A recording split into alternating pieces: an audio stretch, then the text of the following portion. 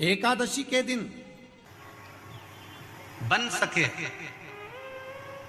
एक बेलपत्र, उस बेलपत्र के मध्य भाग में बीच वाली पत्ती पर लाल चंदन और दोनों पत्तियों पर पीला चंदन, नीचे वाली दोनों पत्तियों पर पीला चंदन, बीच वाली पत्ती पर लाल चंदन और दोनों पत्तियों पर पीला चंदन। और इसी बेलपत्र के साथ में जो लाल चंदन वाला जो पत्ती है उस पर एक श्वेत पुष्प, सफेद फूल रखकर आप अपनी कामना कर कर, जब आपको जल चढ़ाते चढ़ाते 3 महीना, 4 महीना, 5 महीना, 6 महीना आपके हो जाए और बाबा देव अधिदेव महादेव को जल चढ़ाते चढ़ाते समय बीत जाए, तब बाबा से अपने दिल की बात कहने के लिए लाल चंदन, सफेद पुष्प, पीला चंदन दोनों पत्तियों पर अपने हाथ में लेकर कामना कर कर अशोक सुंदरी वाली जगह पर जब हम उसको समर्पित कर, अशोक सुंदरी वाली जगह पर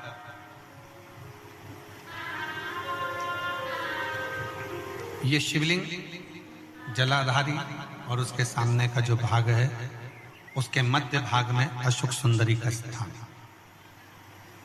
बस इसी स्थान पर बेलपत्र और श्वेत पुष्प, बीच वाली पत्ती पर लाल चंदन, आसपास की पत्तियों पर पीला चंदन और वो शिवलिंग की सम्मुख में जो अशोक सुंदरी का स्थान है वहां समर्पित कर। उस स्थान ये रोज नहीं करना, फिर ध्यान देना, कभी कभी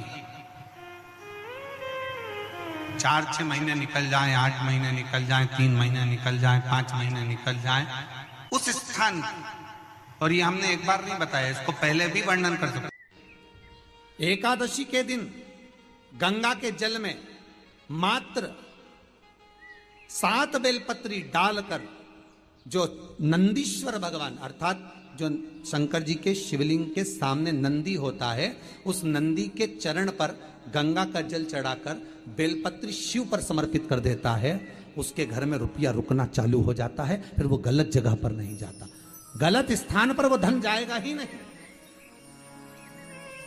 बेटा अगर व्यसन में पड़ा हुआ है, मदिरा पान में पड़ा हुआ है, मांसाहार में, जुए आदि में जा रहा है, तुम्हें लग रहा है कि मेरा बेटा गलत मार्ग पर जा रहा है, ये मित्र दोस्ती गलत हो रही है, वो सही जगह पर आ जाए तो हो रही है।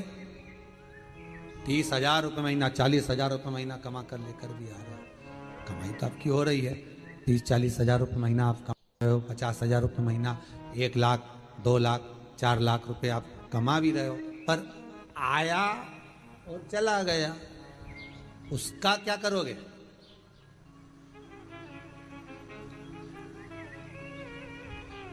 उसका करना क्या है? बहुत सुंदर संवाद है, ध्यान दीजिएगा। जिसके घर में कमाने वाले 2-4 हैं, पैसा तो आ रहा है पर घर में टिक नहीं रहा, डॉक्टर में, पुलिस में, एक्सीडेंट आदि में, कहीं गलत जगह पर व्यसन में अगर पैसा जा रहा है, जुए में, मांसाहार, मदिरा पान, या कहीं आया पैसा, पैसा आने में कमी नहीं, आ रहा है पर टिक नहीं रहा, रुक नहीं रहा, कोई मांगने आ गया, दे दिया, फिर वहां से अपने पास नहीं आ रहा, अपन कह रहे भैया हमारा पैसा लौटा दो, नहीं आ रहा।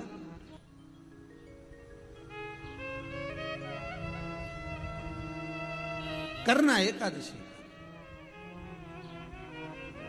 कई लोग इसको धन के लिए भी करते हैं, संपदा के लिए, संपदा के लिए अर्थात जिसका व्यापार नहीं चलता, जिसके घर में पैसा नहीं आता, या नौकरी नहीं लग रही, या सर्विस नहीं लग रही, आप अप्लाई कर रहे हो, जगह जगह जाकर इंटरव्यू भी दे रहे हो और पैसा नहीं आता, तो उसके लिए भी प्रयास किया जाता है। पर उसके लिए यहाँ पर जो धन के लिए करते हैं, उसके लिए विष्णुपदी के लिए करते हैं। मतलब जैसे गंगा के जल में तुलसी के 11 पत्ते डाले जाते हैं। कितने पत्ते डालते हैं? 11 तुलसी के पत्ते डालते हैं, और उसको किसी भी नारायण के मंदिर में, राम कृष्ण शिव, शंकर नहीं, राम कृष्ण भगवान विष्णु, दत्त आदि जितने नारायण के मंदिर हैं, उस मंदिर में किसी भी पात्र में, एक छोटे से पात्र में उसको भरकर रखी आते हैं महाराज, उससे भी जॉब, सर्विस, नौकरी में सफलता प्राप्त हो जाती है। परंतु वो भी एकादशी को ही होता है। कुछ देर तक पात्र को रखा जाता है, फिर वही पात्र का जल किसी भी वृक्ष के नीचे डाल दिया जाता है, उससे भी नौकरी के लिए फायदा मिलता है। गंगा का जल कोई साधारण नहीं।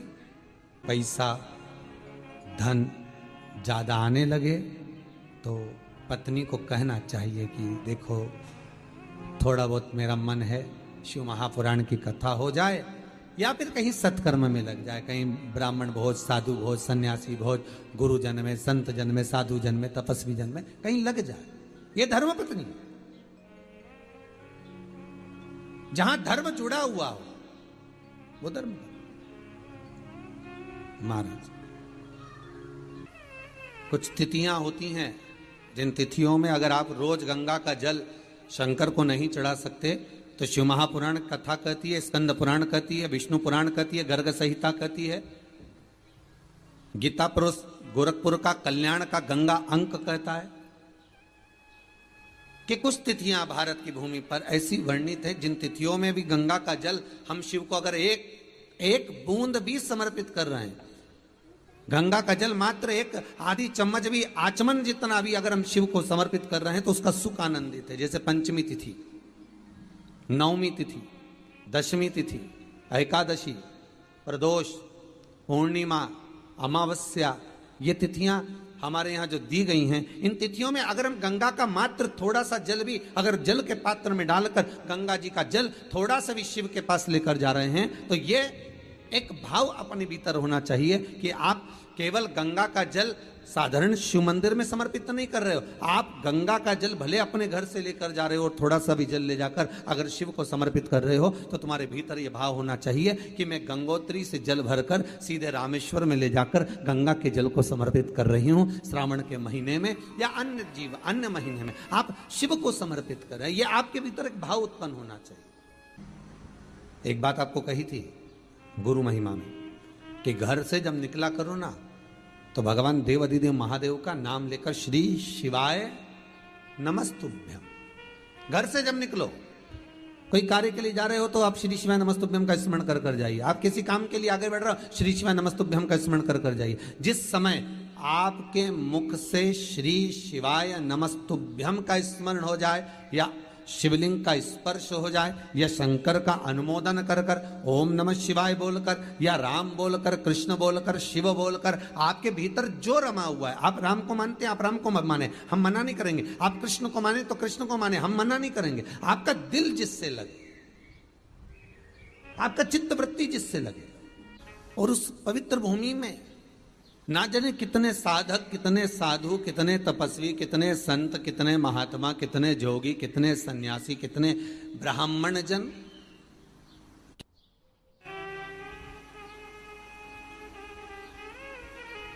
पवित्र भूमि,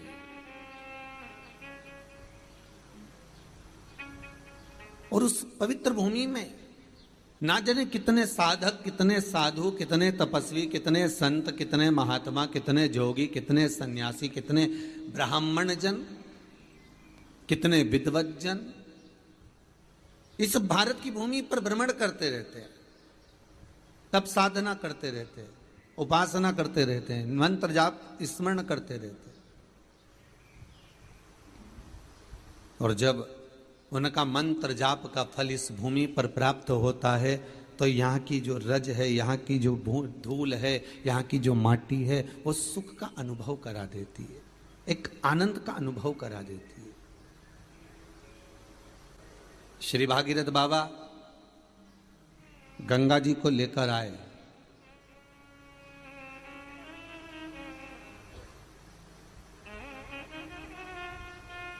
भागीरथ बाबा तो गंगा जी को लेकर आए 60,000 काकाओं के उद्धार के लिए,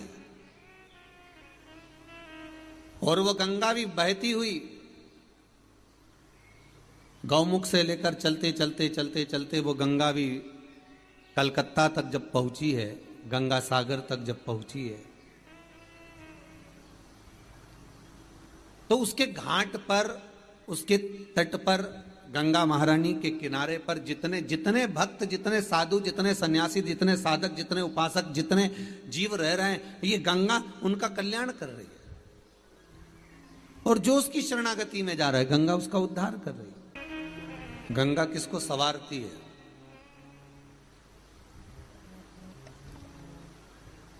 किसी ने कहा कि प्राण छूटे और गंगा जी में ले जाकर अस्थियों को छोड़ दो तो गंगा मोक्ष देती है। विष्णु पुराण में, गर्ग संहिता में,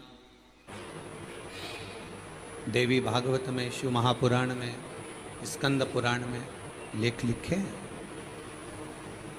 कि गंगा जी ने शंकर जी से वर मांगा था कि मेरे जल में जब तक जीव की अस्थियां पड़ी रहेंगी तब तक वो जीवात्मा वैकुंठ का भोग भोगेगी।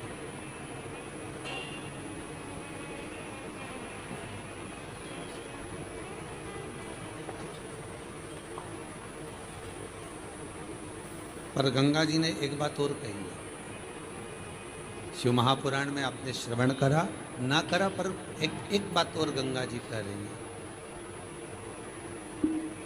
कि मैं तार दूंगी, मैं पापी से पापी जीव का उद्धार कर दूंगी, मना नहीं है। वैसे भी तो भारत की भूमि तो पावन पावन नदियां सारी की सारी जितनी भी हैं ये भारत की भूमि पर है,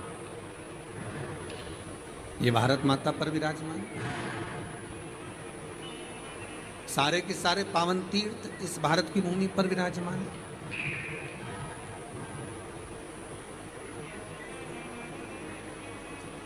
पुण्यमय नदियां, पुण्यमय तीर्थ, पुण्यमय तालाब, सरोवर जितने भी हैं ये सब इस भारत की भूमि पर हैं।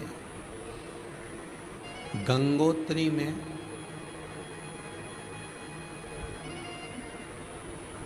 आप लोग गए होंगे, कई लोग गंगोत्री, बद्रीनाथ के जो 4 धाम हैं, यमुनोत्री, गंगोत्री, केदार और बद्रीनाथ। विष्णु पुराण में कहा 3 तरह से मरे हुए व्यक्ति की गति नहीं है, उसको मोक्ष नहीं है। पहला पानी में डूब कर मरा हुआ, दूसरा सर्प के डसे से मरा हुआ, तीसरा स्त्री के हाथ से, नारी के हाथ से मरा हुआ, इसकी गति नहीं है, मोक्ष नहीं है इसमें। इनकी गति केवल एक है, वो है शिव महापुराण की कथा। अगर कोई पानी में डूबकर मर भी गया है, उसके परिवार का, उसके कुल का व्यक्ति अगर एक बार शंकर की कथा भले यहाँ आकर ना सुने, टीवी के सामने भी बैठकर सुन रहा। एकादशी के दिन शंकर भगवान को चावल का दाना चढ़ाना चाहिए कि नहीं चाहिए? किसी ने पूछा कि चावल का दाना एकादशी पर भगवान शंकर को चढ़ा सकते हैं, चावल का दाना शंकर जी को चढ़ाते क्यों है, पहले तो वो समझ लें। बेलपत्री का तो महत्व आपको बार बार बताया कि बेलपत्री शिव जी को क्यों चढ़ाई जाती है, कहीं रोग के लिए, कहीं बीमारी के लिए, कहीं किस कार्य के लिए, कहीं कोई कार्य के लिए, कहीं कोई कार्य के लिए। चावल का दाना अगर हम शंकर भगवान को चढ़ा रहे हैं तो क्यों चढ़ा रहे हैं, उसका कारण क्या है? चावल का दाना शिव को चढ़ाने का केवल एक कारण रहता है कि चावल को अक्षत कहते हैं। अक्षत का मतलब होता है अक्षय।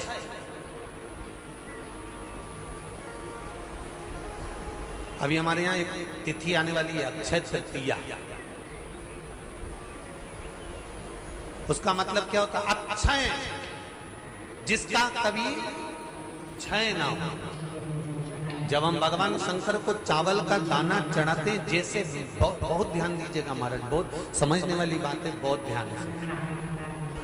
चावल का दाना हमारे मस्तक पर तिलक करने के बाद पंडित जी क्यों लगाते हैं कि भगवान जैसा समय आज चल रहा है, आप पूजन कर रहे हो, पाठ कर रहे हो, दान कर रहे हो, पुण्य कर रहे हो, सत्कर्म कर रहे हो, भजन कर रहे हो, मेरा देव अधिदेव महादेव, मेरा नारायण, मेरा सत्यनारायण भगवान, मेरा राम जी, मेरा विष्णु जी, मेरा भागवत मैया, मेरी रामायण मैया, ब्राह्मण मस्तक पर तिलक लगाने के बाद चावल इसलिए लगाता है कि जैसा समय आज चल रहा है, भगवान तुमको ऐसा ही समय बनाकर रखे और तुम ऐसे ही 4 चांद लगाते रहो, दान पुण्य संकीर्तन करते रहो, इसलिए मस्तक पर चावल का दाना लगाया जाए।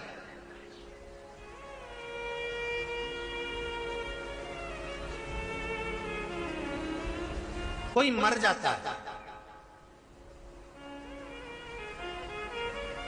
मरने के बाद जब तक पगड़ी नहीं होती तब तक माथे पर तिलक, चावल का दाना लगाया जाता है। जम के बोलो जरा, नहीं लगाते। किसी पंडित जी से पूछो, ब्राह्मण देवता से पूछो, ब्राह्मण देवता ये कोई मर गया, और हमारा तो नियम है कि हम सिर पे तिलक लगाते हैं, चावल लगाते हैं, या पंडित जी से हम तिलक लगवाते हैं, मंदिर जाते हैं तो मंदिर में जाके तिलक लगवा के हम चावल का दाना लगवाते हैं, क्यों नहीं लगाते? उसका कारण क्या है? जब किसी के मरने के बाद 10 दिन तक, 12 दिन तक मस्तक पर तिलक क्यों नहीं लगाया जाता? 10-12 दिन तक माथे पर तिलक या चावल क्यों नहीं लगाया जाता? उसका कारण है कि ये जो समय आया है, तुम्हारे यहाँ जो गमी हुई है, तुम्हारे यहाँ कोई मर गया है, तुम्हारे यहाँ किसी के प्राण छूट गए हैं, तो ब्राह्मण इसलिए तिलक नहीं लगाता आपको, इसलिए चावल का दाना नहीं लगाता कि ऐसा दिन भगवान अब ना लाए, इसको अमर ना करे, इसको अक्षय ना करे, इसको प्रबल ना करे।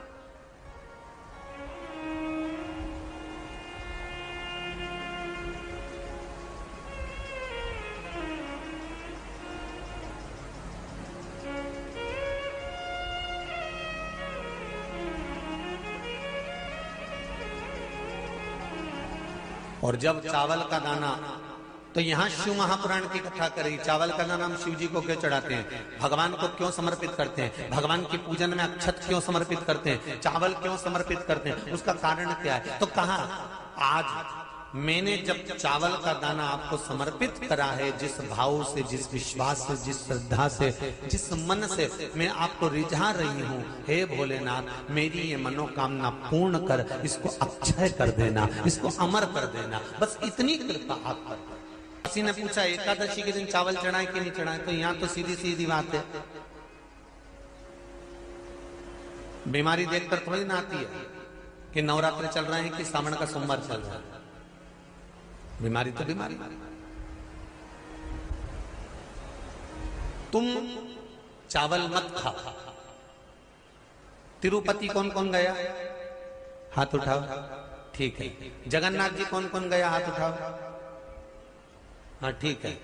द्वारका जी कौन कौन गया, हाथ उठाओ, ठीक है। बद्रीनाथ कौन कौन गया, हाथ उठाओ, ठीक है।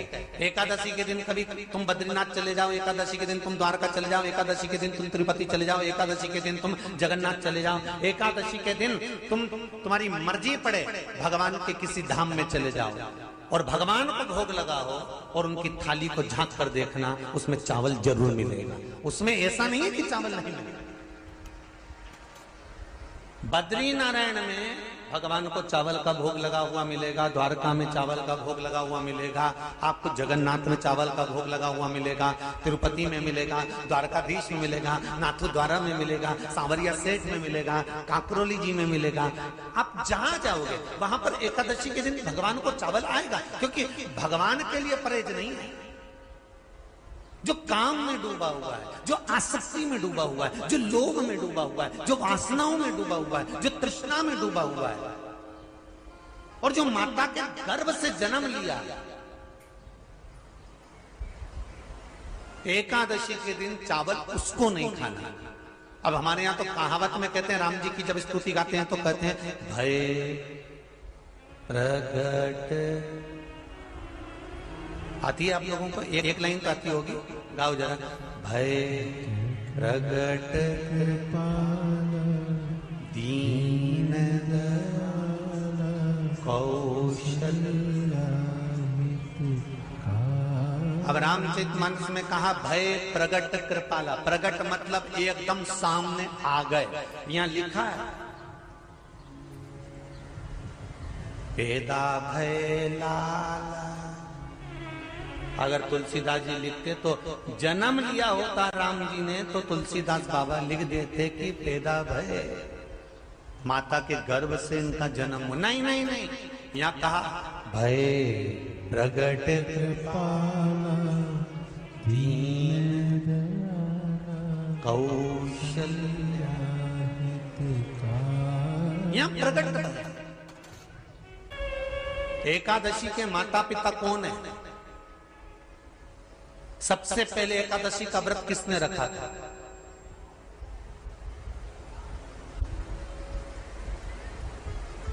एकादशी का जन्म स्थान कहां है? दुनिया के लोग बहुत प्रश्न करते हैं, राम जी अयोध्या में हुए थे, भगवान कृष्ण मथुरा में हुए थे, तो एकादशी कहां हुई थी? तो उसको बताना तो पड़ेगा कहां हुई थी।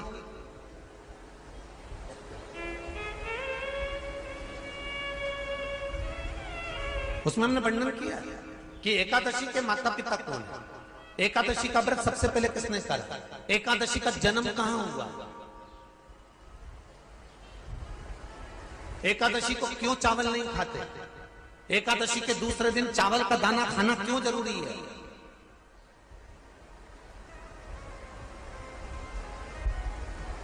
कौन सा तीर्थ है जहां एकादशी को उल्टा लटका दिया? एक एक चीज का वर्णन स्कंद पुराण सब चीजों का वर्णन कर देता है।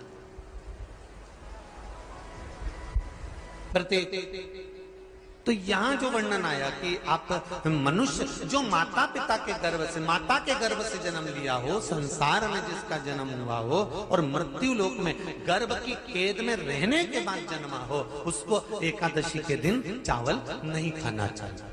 महाराज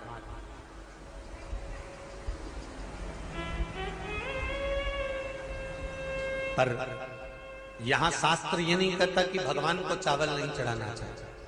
यहाँ शास्त्र कहता है आप शिव जी को चाहे एकादशी हो, चाहे द्वादशी हो, चाहे प्रदोष हो, चाहे पूर्णिमा हो, चाहे अमावस्या हो, चावल का दाना आप भगवान शिव को समर्पित कर सकते हो और ज्यादा नहीं। शंकर कभी ये नहीं कहते कि मुझे बहुत सारा चढ़ा।